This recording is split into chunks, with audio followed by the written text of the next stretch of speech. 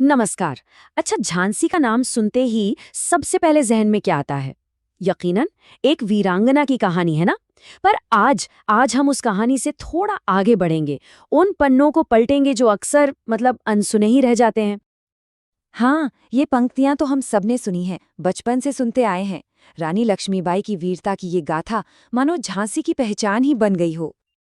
पर सोचने वाली बात है, क्या किसी शहर की पूरी कहानी सिर्फ एक महान युद्ध तक ही सिमट सकती है? नहीं, है ना? तो चलिए आज किताबों से थोड़ा हटकर झांसी की असली आत्मा को खोजते हैं, उसे महसूस करते हैं। तो स्वागत है झांसी में। आज हम इसे एक अलग ही नजरिए से देखने वाले हैं। एक शहर, एक जरूरी सेंटर और हाँ, बुंदेलखंड का असली दरवाजा। और इस सफर की शुरुआत हम कहाँ से करेंगे? जाहिर है, झांसी के दिल से, उसके किले से। चलिए, इसकी दीवारों के पीछे छिपे सदियों पुराने राज खोलते हैं। एक मजेदार बात पता है, झांसी का नाम हमेशा से झांसी नहीं था। इसे पहले बलवंत नगर के नाम से जाना जाता था। और इस शहर की पूरी कहानी का जो सेंटर पॉइंट है, वो है ये किला, जिसे 1613 में ओरछा के राजा बीर सिंह देव ने बनवाया था। ये कोई छोटा मोटा किला नहीं है, पूरे 15 एकड़ में फैला है। और इसके हर कोने में एक कहानी छिपी है। एक तरफ तो वो जबरदस्त कड़क बिजली तोप है, नाम सुनकर ही अंदाजा हो जाता है। तो दूसरी तरफ सदियों पुराने शिव और गणेश मंदिर भी हैं। और हाँ, पंचमहल, रानी का वो कूदने वाला पॉइंट, और रानी महल जो अब एक म्यूजियम बन चुका है, जहाँ 9वीं से 12वीं सदी की कलाकृतियां रखी हैं। तो अगर यहाँ जाने का प्लान बन रहा है, तो ये डिटेल्स बड़े काम की हैं। सुबह 8 बजे से शाम 6 बजे तक किला खुला रहता है। एंट्री फीस भी भारतीयों के लिए सिर्फ 25 रुपए है। और शाम को 7 बजे से एक लाइट एंड साउंड शो भी होता है। 50 रुपए में पूरा इतिहास आंखों के सामने जिंदा हो जाता है। चलिए, इतिहास की गलियों से निकलकर अब झांसी के जायके की दुनिया में चलते हैं। भाई, किसी भी जगह को पूरी तरह जानना है तो उसका खाना चखना तो बनता है। और झांसी का खाना भी बड़ा दिलचस्प है, मौसम के साथ बदलता है। जैसे सर्दियों में दाल के साथ गर्मा गर्म बाफला मिलता है, तो गर्मियों में ठंडक देने वाला बेल का शरबत, वसंत में पालक पूरी और पतझड़ में कद्दू की सब्जी। मतलब हर मौसम का अपना एक अलग ही स्वाद है। तो अब सवाल उठता है कि ये सब मिलेगा कहाँ? तो सुनिए, झांसी के असली स्वाद की तलाश में है तो 3 नाम याद कर लीजिए: एलीट चौराहा, सदर बाजार और सिपरी बाजार।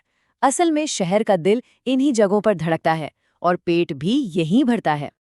चलिए, एक फटाफट फूड टूर करते हैं। सबसे पहले दाऊ के समोसे। ये नॉर्मल समोसे नहीं, कढ़ी के साथ मिलते हैं। फिर नारायण चाट की आलू टिक्की, जो 1968 से लोगों का दिल जीत रही है। इसके बाद अवध फूड की मशहूर वेज बिरयानी, और मीठे में रजाक की गुजिया। मुंह में पानी आ गया ना? और अब एक ऐसी बात जिससे शायद यकीन न हो, दाऊ के वो मशहूर कढ़ी समोसे सिर्फ 10 रुपए में। सच में यहाँ स्वाद जेब पर भारी नहीं पड़ता, बल्कि सीधा दिल जीत लेता है। अच्छा, झांसी सिर्फ अपने आप में एक डेस्टिनेशन नहीं है, ये तो आसपास के खजानों को एक्सप्लोर करने के लिए एक परफेक्ट बेस कैंप है। जरा सोचिए, क्या हो अगर कोई कहे कि 16वीं सदी का एक पूरा का पूरा साम्राज्य अपने शानदार महलों और मंदिरों के साथ झांसी से बस कुछ ही मिनट की दूरी पर है। जी हाँ, ये कोई कहानी नहीं, हकीकत है। मध्य प्रदेश का वो खूबसूरत शहर ओरछा झांसी से सिर्फ 11 किलोमीटर दूर है, और ट्रेन से अरे बस 10 से 15 मिनट का रास्ता है। और वहां जाना कितना आसान है। सुबह, दोपहर, रात, दिन में कई ट्रेनें हैं। मतलब जब मन करे तब ओरछा की प्लानिंग की जा सकती है। किराया भी स्लीपर क्लास में करीब 150 रुपये। और ओरछा पहुंचकर तो जैसे एक अलग ही दुनिया में पहुंच जाते हैं। वहां का किला, जहांगीर महल और बेतवा नदी के किनारे बनी वो शांत और खूबसूरत छतरियां, सब कुछ कमाल है। और हाँ, वहां का राम राजा मंदिर तो बिल्कुल अनोखा है। भारत का इकलौता मंदिर जहां भगवान राम की पूजा एक राजा के तौर पर होती है। तो अब झांसी का इतिहास भी देख लिया, स्वाद भी चख लिया और आसपास के नज़ारे भी देख लिए। तो चलिए अब बात करते हैं कि इस सफर को हकीकत में कैसे बदला जाए। सबसे पहली बात, ठहरने की तो कोई चिंता ही नहीं है। झांसी में करीब 51 बजट होटल्स हैं।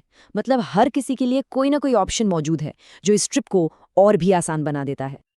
और अगर ये सोच रहे हैं कि होटल कहाँ मिलेंगे, तो सिविल लाइंस, झोकनबाग और सिविल लाइंस एक्सटेंशन, इन इलाकों में सबसे ज्यादा बजट होटल्स मिल जाएंगे। अब बात आती है झांसी पहुंचने की। तो ये भी बहुत आसान है। ट्रेन से तो ये दिल्ली चेन्नई रूट पर एक बहुत बड़ा जंक्शन है, मतलब देश के लगभग हर बड़े शहर से जुड़ा है। और सड़क से नेशनल हाईवे 27, 39 और 44 इसे कनेक्ट करते हैं। और अगर कोई हवाई जहाज से आना चाहता है तो सबसे नज़दीकी एयरपोर्ट ग्वालियर में है, जो यहाँ से करीब 103 किलोमीटर दूर है। तो झांसी सिर्फ इतिहास की किताब का एक पन्ना नहीं है, ये एक जीता जागता शहर है जो बस खोजे जाने का इंतजार कर रहा है। अगली बार जब कोई झांसी का नाम ले तो सिर्फ एक कहानी याद नहीं आनी चाहिए, बल्कि एक पूरा शहर याद आना चाहिए, जहां इतिहास, स्वाद और रोमांच सब एक साथ मिलते हैं। तो झांसी अपनी अनकही कहानियों की किताब खोले बस इंतजार कर रहा है।